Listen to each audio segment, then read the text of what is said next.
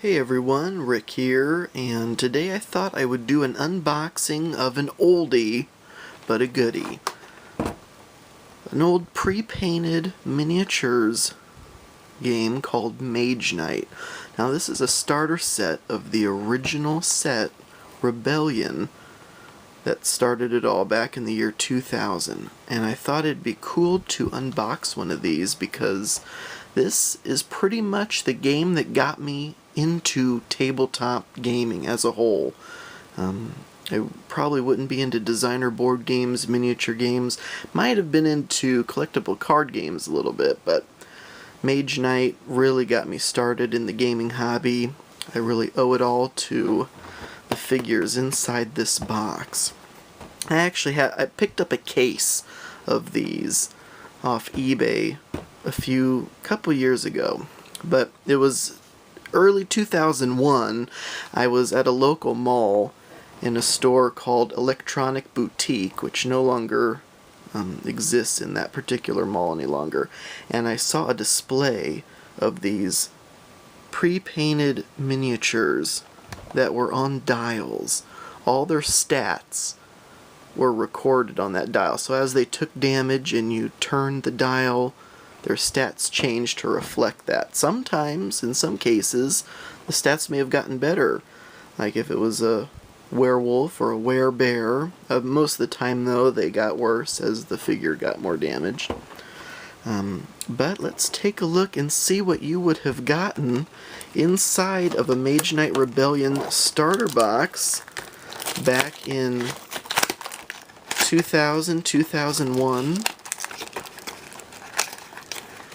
I mean, and the great thing about these starter boxes were they were completely random. You could get the most powerful figure in the game in one of these. So the first thing out of the box is the tape measure and dice. The game required 2d6 to play, and the tape measure that was used, of course you could use your own, but it was just this kind of flexible tape measure. I might open that in a minute. And then you got the rules and this little thing right here, the special abilities chart. So there are 4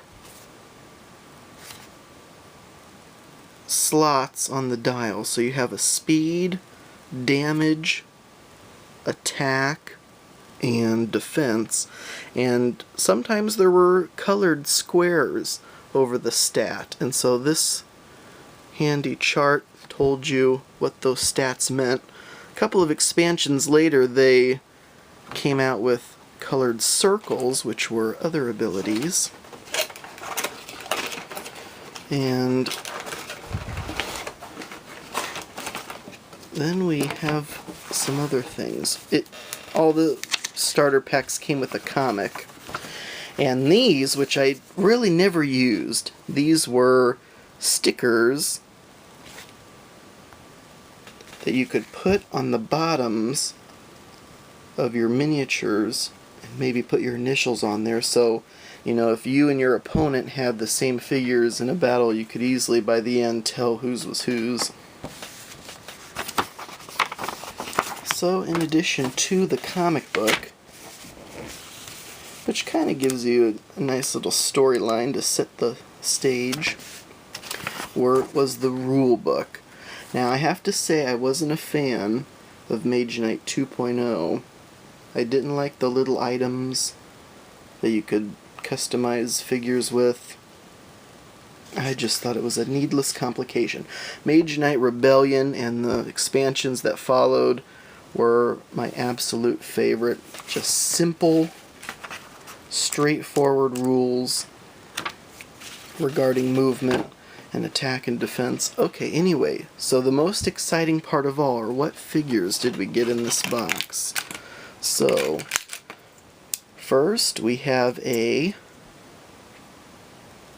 Kazim Freelancer. Freelancer, and you'll notice the little yellow on his shoulder pad. The standard figures, apart from the rares, were ranked in rarity between 1 star and 3 stars. So the 1 stars were weak, and they had something on the figure to denote that, in this case a yellow shoulder pad. So all the weak figures will have yellow on them, standard will have blue, and tough, 3 stars, will have red. Uniques, the rarest of the figures, won't have any stars on their base, and they don't have any special coloring on the figure itself to tell you that it's unique. If you look on the dial itself, you can see the little boot. This guy can move 8 inches. His attack is a 6, defense is a 14. He has some range, 6 inches of range, and he does 1 point of damage. Now you can tell there it's a green square around the damage. Now that doesn't mean anything. That just means that's where his dial is supposed to start. As he takes damage though, and you click him down, you'll see his stats change until eventually you'll see that he becomes demoralized, which is what the yellow damage says, if I can get it to focus. I don't know if you can kind of tell it's yellow on that lower right 0, and that does have an in-game effect. And then when he's dead,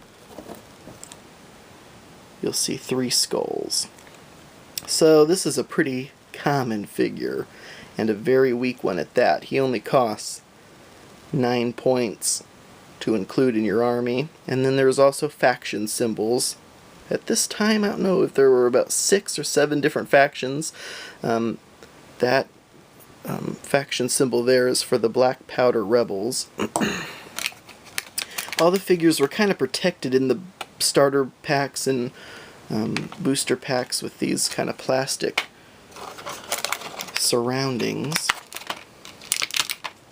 And our second figure is an Altem Guardsman. Now he's much more expensive. You can see he's worth 33 points. He has 2 stars, which means he's standard, and you can tell with his blue shoulders that he is a standard figure. So obviously tough is a tough version of this guy would have red, and he'd be 3 stars, and his stats would be better. And then a yellow version of him, a weak 1 star, would have worse stats. But in this case, this guy's actually pretty good, as his point cost will show you. He has that red square on his, next to his sword there. That means he has weapons mastery. And the green square around defense is battle armor, if I have that correct. Yeah. So whenever he's shot at, let's say this guy was shooting at him, because he has battle armor, his defense is increased by 2, so it goes from a 16 to an 18.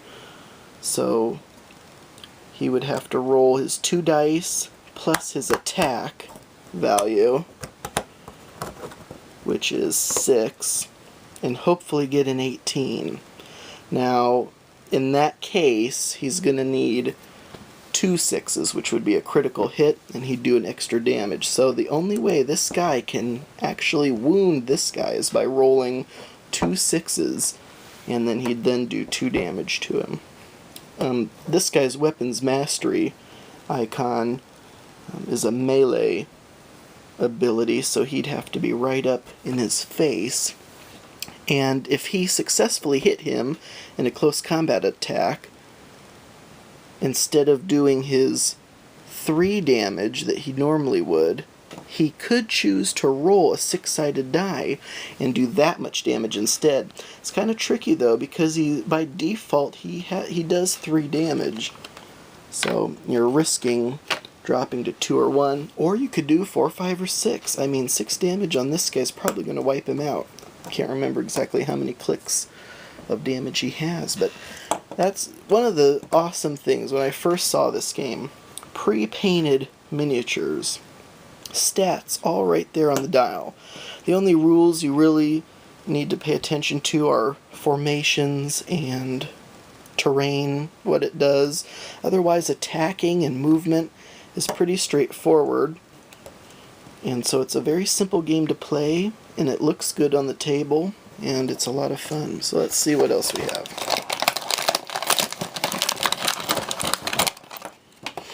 Ooh, I love these Night Stalkers.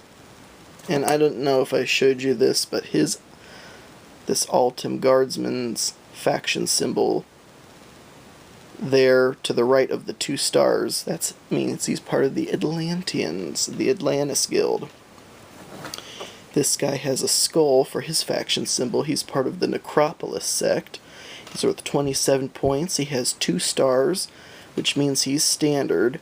So he's mid-range, and you can tell by his blue knee pads. And this guy's pretty good because he has 8 inches of range. He has weapons mastery with an attack of an 11, which is pretty good.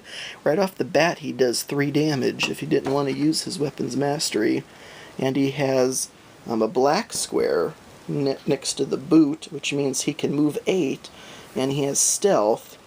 Any line of fire drawn to this character that passes through terrain is treated as though it's been through blocking terrain. So basically, he can't be shot at. So that's a good reason why you might want to put him in a forest. But there are other abilities that can negate that. Long-range abilities, for example, that negate blocking terrain. And here's another different faction. The Elementals. The Elemental League. And we have a Mending Priestess, and she's a 2-star standard, holding her staff. And this is our first character we've seen out of this pack that has a healing ability. So as long as a character is within her range, 6 inches, she can attempt to heal them, as denoted by the gray square around her attack.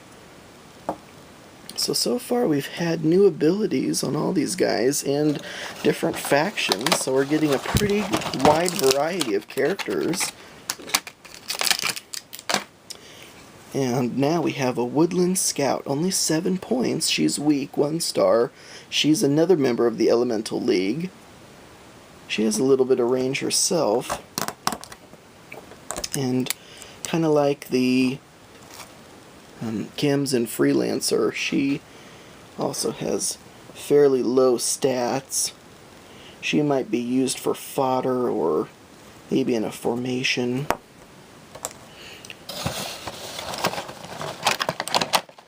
And next, I'd love it if I found a unique in here. It's entirely possible.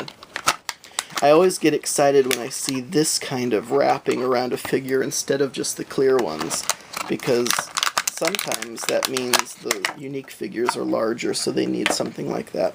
But in this case, we just have a weak wood golem. He's also from the Elemental League. But even though he's weak, he's still worth 23 points and has some decent stats. He has no range, and he's kind of slow, but he has an attack of 8 and 3 damage points that he can do. And he has another new ability on his defense called Toughness, which means that any damage done to him is reduced by 1. Which could mean some of these weaker characters that only do 1 damage wouldn't be able to get through unless they hit a critical hit. But he's another kind of cool guy. With the initial Mage Knight set, one of the major complaints is that the paint jobs aren't that great. I mean, this guy just kind of has maybe barely a little dry brushing, and then of course the yellow. Some of these other characters are only comprised of like 3 different colors. She kind of has like a dark green, or maybe it's just black, yellow, and then tan and silver for her sword. Yeah, the paint jobs are nothing to write home about, but just looking at them on the battlefield, they look pretty cool. At least I think so. Might just be the nostalgia talking. This is a cool guy. He's part of the Black Powder Rebels, the Black Powder Boomer. He's worth 18 points. He has this big old cannon. He has the longest range so far of 10, so 10 inches, and he can do 3 points of damage, but his attack is only a 6. That's not too bad. You know, if you're shooting at this wood golem with a defense of 14, he only needs an 8 on 2 dice.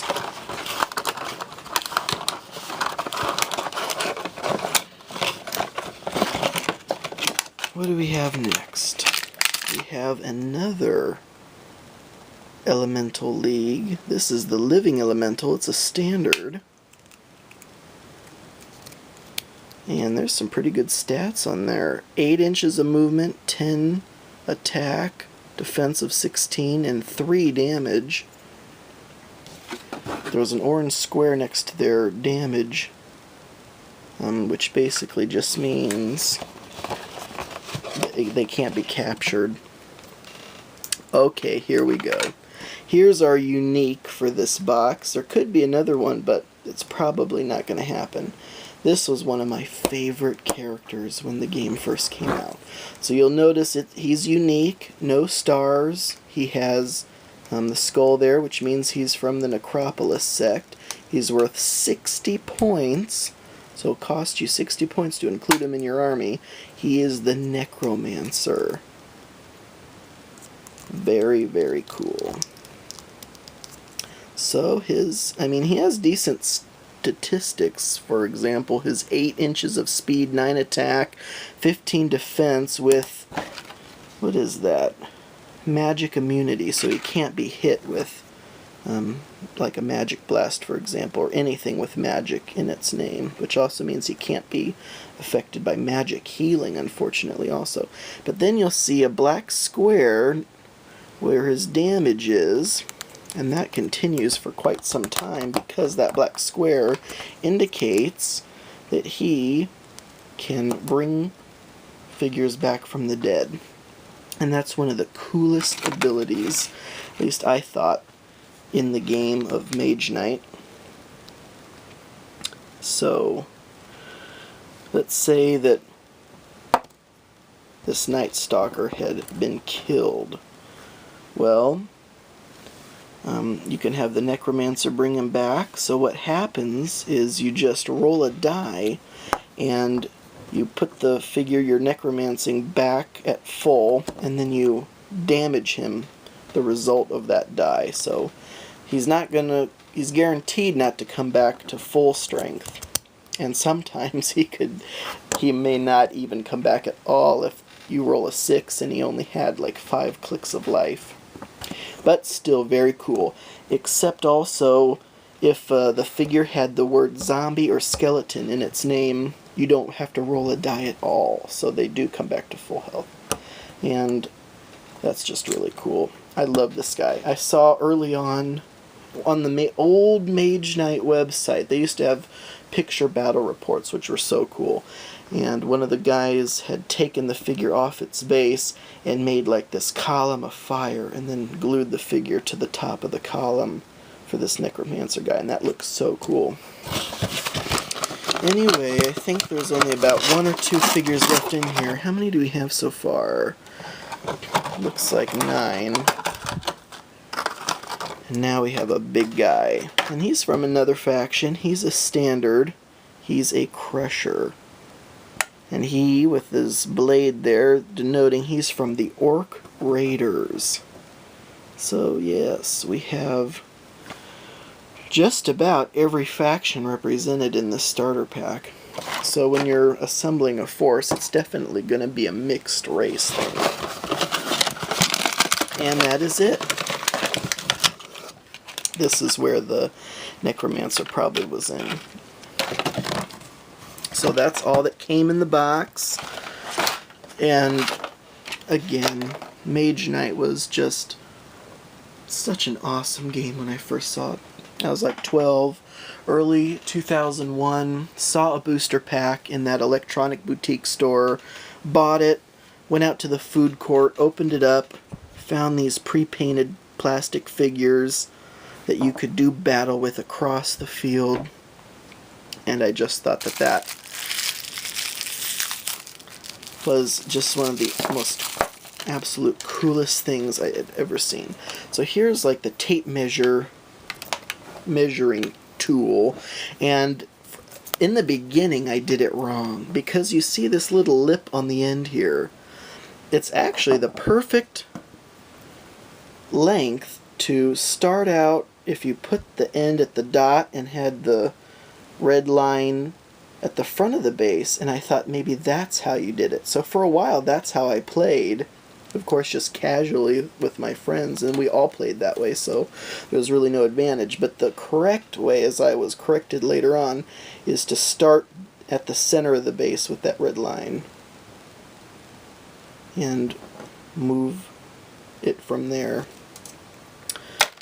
So yep, basic attack would be, he has a 10 for an attack. Let's say he's gonna shoot this elemental priestess, or this mending priestess. She has a defense of 16. That yellow square around her defense just means that if someone was in base contact with her, friendly figure, they could use her defense. Let's say if it was better than theirs. That's called an ability called Defender, I think.